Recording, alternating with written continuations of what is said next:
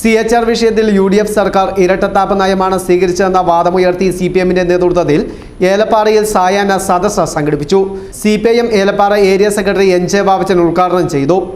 പരിസ്ഥിതി സംരക്ഷകരെന്ന് നടിക്കുന്ന ഒരു കൂട്ടം കപട പരിസ്ഥിതിവാദികളുടെ ഒപ്പം കൂടി ഇടുക്കിയിലെ കർഷക ജനതയെ വഞ്ചിച്ചവരാണ് കോൺഗ്രസിന്റെ നേതൃത്വത്തിലുള്ള ആന്റണിയും ഉമ്മൻചാണ്ടി സർക്കാരുകളെന്ന് ഉദ്ഘാടന പ്രസംഗത്തിൽ NJ ബാബച്ചൻ പറഞ്ഞു. അടിസ്ഥാനരഹിതമായ നുണപ്രചരണങ്ങൾ സംഘടിപ്പിക്കുക, ഈ ജില്ലയിലെ ഭൂപ്രശ്നം ഇത്ര സങ്കീർണമാക്കി തീർത്തതിന്റെ പിന്നിൽ കോൺഗ്രസിന് ഒരു വലിയ പങ്കുണ്ട്.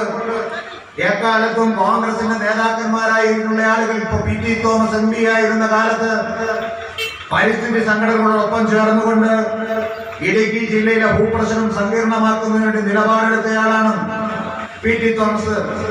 ഇപ്പൊ ഡി കുര്യാക്കോസും ഈ പ്രശ്നം സങ്കീർണമാക്കുന്നതിന് വേണ്ടിയിട്ടുള്ള നിലപാടെടുക്കുകയാണ്.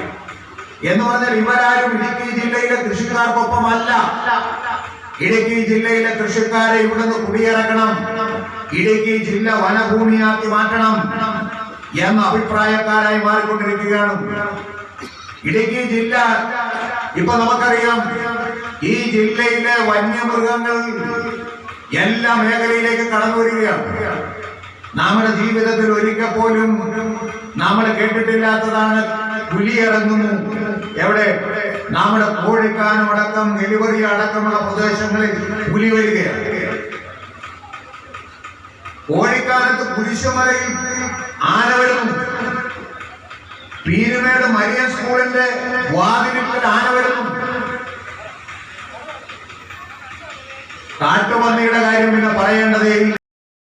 സമ്മേളനത്തിൽ Chemmanna local secretary S Anilkumar അധ്യക്ഷത വഹിച്ചു.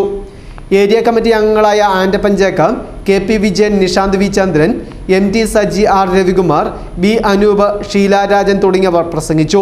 പെരുവന്താനം, കൊക്കയാർ, ഏലപ്പാറ, ഉപ്പുതറ പഞ്ചായത്തുകളിൽ നിന്നായി പ്രവർത്തകരും ബഹുജനങ്ങളും പങ്കെടുത്തു.